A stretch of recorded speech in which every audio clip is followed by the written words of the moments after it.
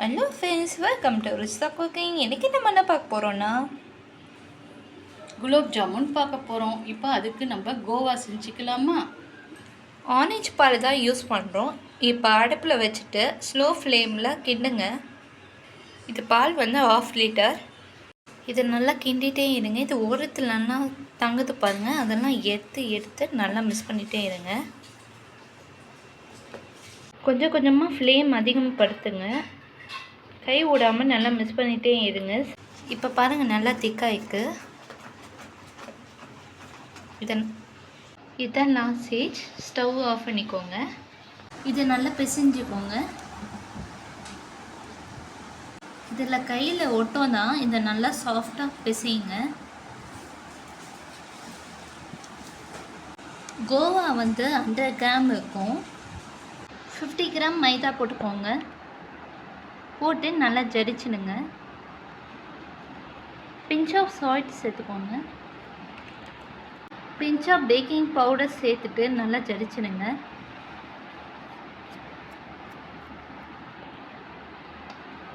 இது மாதிரி ஜரிச்சிடுங்க. இப்போ ஜரிச்சாச்சு, நல்லா மிக்ஸ் பண்ணிக்கோங்க.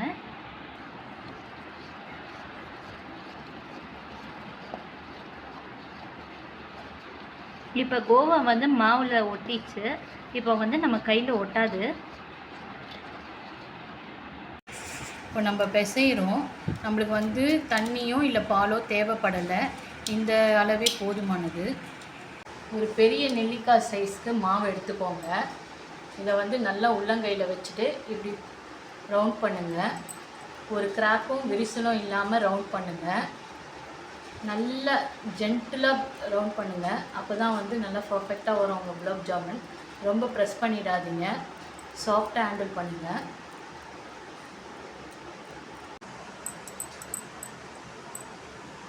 இது மாதிரி ரோல் பண்ணுங்கள். 12 பார்ஸ் வந்துச்சு. இப்போ எண்ணெயில் போட்டு பொரிச்சு எடுத்துக்கலாம். கடாயில் ஆயில் ஊற்றிட்டு சிம்மில் வச்சுக்கலாம். பொறுமையாக ஸ்லோ ஃப்ளேமில் வந்து ஒரு பாலாக போட்டு நம்ம பொரிச்சு எடுத்துக்கலாம். ஸ்லோ ஃப்ளேமில் நல்லா குக் பண்ணுங்கள்.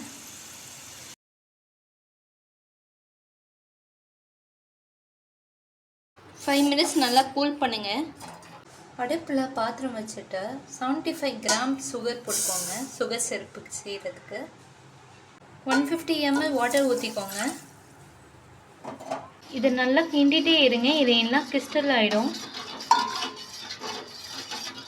இதில் 2 ஏலக்காய் பிச்சு போட்டுக்கோங்க ஸ்மெல்க்காக.